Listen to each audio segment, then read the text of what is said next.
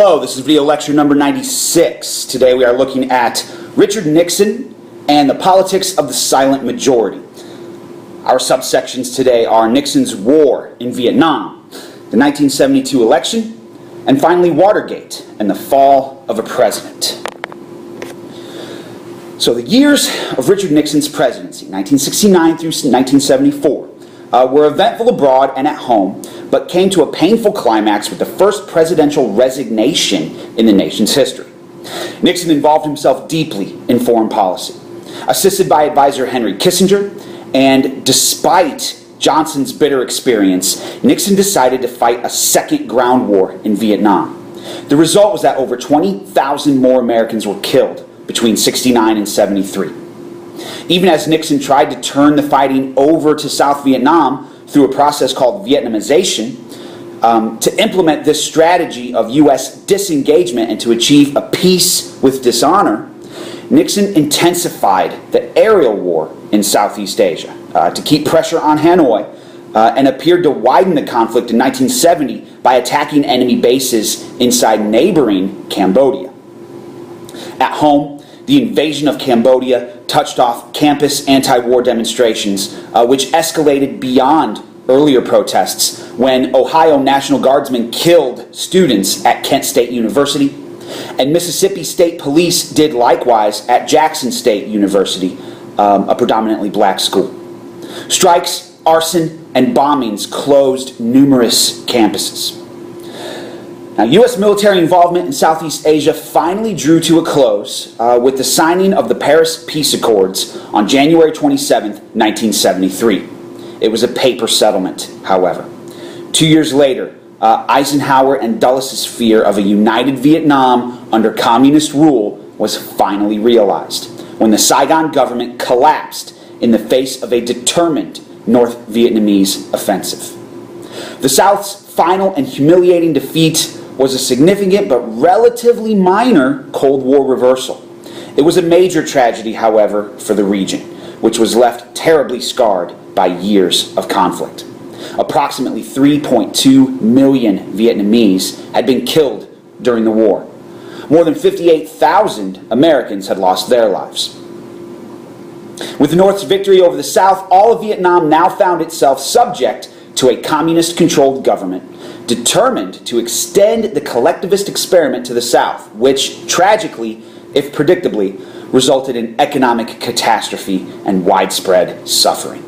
In Cambodia, a group called the Khmer Rouge, a communist party dedicated to an extremist Maoist agenda, seized control in 1975, and in their brutal attempt to re-engineer Cambodian society, killed over 1 million people in the process. If domestic policy did not engage President Nixon in quite the same way as foreign policy, his efforts at home were nevertheless important. To weaken the anti-war movement, Nixon divided young Americans by class. He did this by ending the draft, thus sparing the middle class the burden of military service, which in turn effectively depoliticized college campuses. This turning point in the life of the Republic was made possible with the creation in 1973 of an all-volunteer military. To fill its ranks, the military now turned primarily to poorer Americans, appealing to their desires for social advancement and to their patriotism. Nixon also sought to scale down Great Society anti-poverty programs and compiled a mixed record regarding race. However, he offered a welfare program of his own, the Family Assistance Plan, and supported or at least accepted entitlement and regulatory policies that enlarged rather than reduced the role of the federal government. The creation of the Environmental Protection Agency was a case in point. Richard Nixon and Spiro Agnew, who had won a narrow popular vote victory in 1968, were re-elected in a stunning landslide victory 4 years later. The election was a crushing defeat for the Democratic Party and marked a new era in American politics. However, Nixon would not be able to act on this mandate for change due to his own actions, which were driven by paranoia and suspicion. During 1973, Agnew was compelled to resign over kickbacks he had received while governor of Maryland and vice president. And the next year, Nixon resigned to avoid impeachment and conviction for offenses so serious that a substantial minority of Republicans on the Judiciary Committee of the House of Representatives joined Democrats in support of 3 articles of impeachment. After the Supreme Court ordered release of incriminating audio tapes, everything just went crazy for Nixon. Neither Gerald Ford, who succeeded first Agnew and then Nixon, nor Nelson Rockefeller, whom President Ford selected as vice president, had been popularly elected into national office. So let's have a closer look then at Nixon and the politics of the silent majority, starting with Nixon's war in Vietnam. When it came to Vietnam, Nixon picked up where Johnson left off. Abandoning Vietnam, Nixon insisted, would damage America's credibility and make the country seem like a pitiful, helpless giant. Nixon wanted peace, but only peace with honor. To neutralize criticism at home, Nixon began delegating the ground fighting to the South Vietnamese. Under this new policy of Vietnamization, American troop levels dropped from 543,000 in '68 to 334,000 in '71 to barely 24,000 in '73.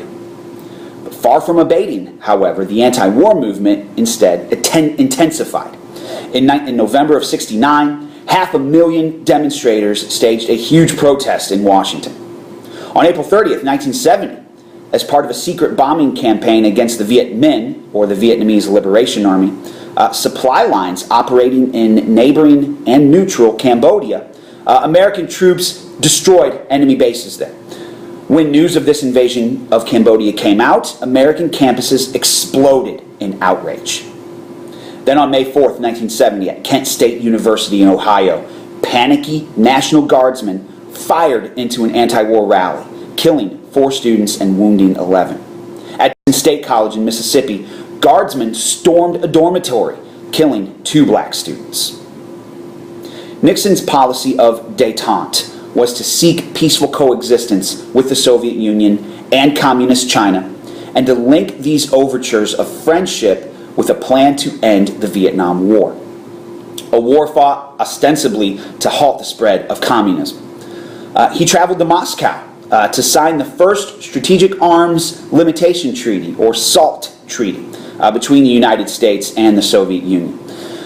The treaty limited the production and deployment of intercontinental ballistic missiles, ICBMs, and anti-ballistic missiles, ABMs, and signified that the United States could no longer afford massive military spending to regain the nuclear and military superiority it had enjoyed after World War II. Nixon traveled to China in 1972, the first sitting U.S. president to do so, in a symbolic visit that set the stage for the establishment of formal diplomatic relations. To strengthen his negotiating position then at the Paris peace talks with North Vietnam, Nixon stepped up military action with a series of B-52 bombings. The Paris Peace Accords were signed on January 27, 1973.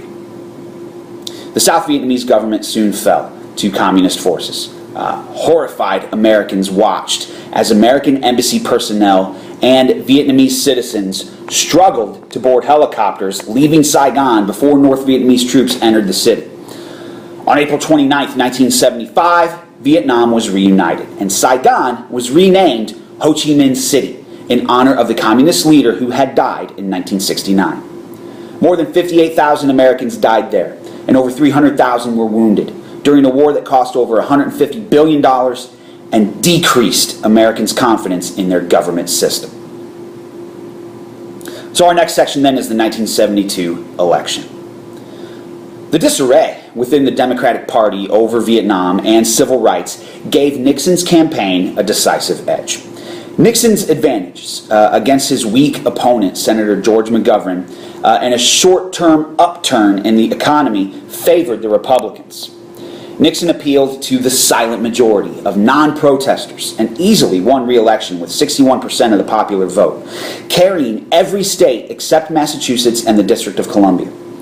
Although Democrats maintained control of both houses of Congress. Okay, our next section, Watergate and the fall of a president.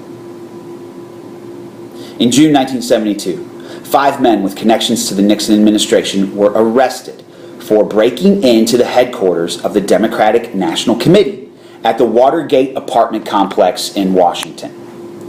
In an abuse of presidential power, the White House had established a clandestine intelligence group known as the Plumbers to plug government information leaks and implement tactics to harass the administration's opponents.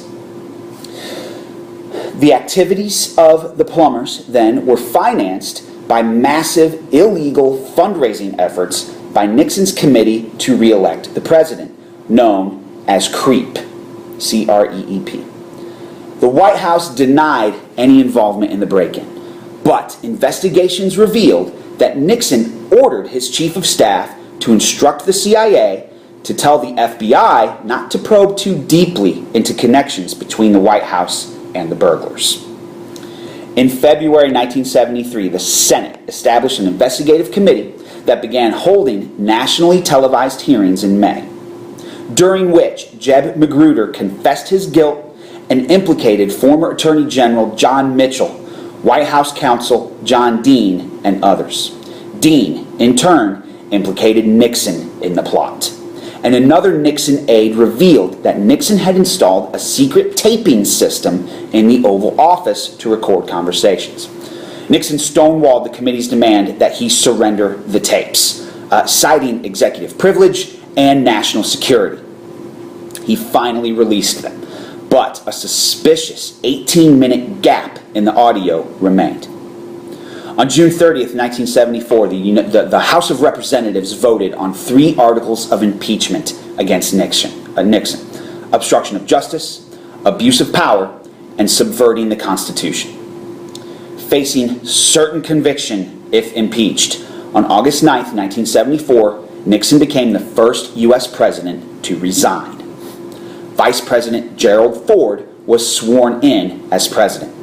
A month later, he granted Nixon a full, free, and absolute pardon. Congress adopted several reforms in responses to the abuses of Nixon's administration, such as the War Powers Act, which reined in the president's ability to deploy U.S. forces without congressional approval. In 1974, a strengthened Freedom of Information Act gave citizens greater access to files that federal government agencies had amassed on them. The Fair Campaign Practices Act of 1974 limited campaign contributions and provided for stricter accountability and public financing of presidential campaigns, but it contained a loophole for contributions from political action committees, or PACs. Okay, so that's it. That concludes our video lecture then for today. Go ahead and answer your review questions at the bottom of the screen and continue on with your work.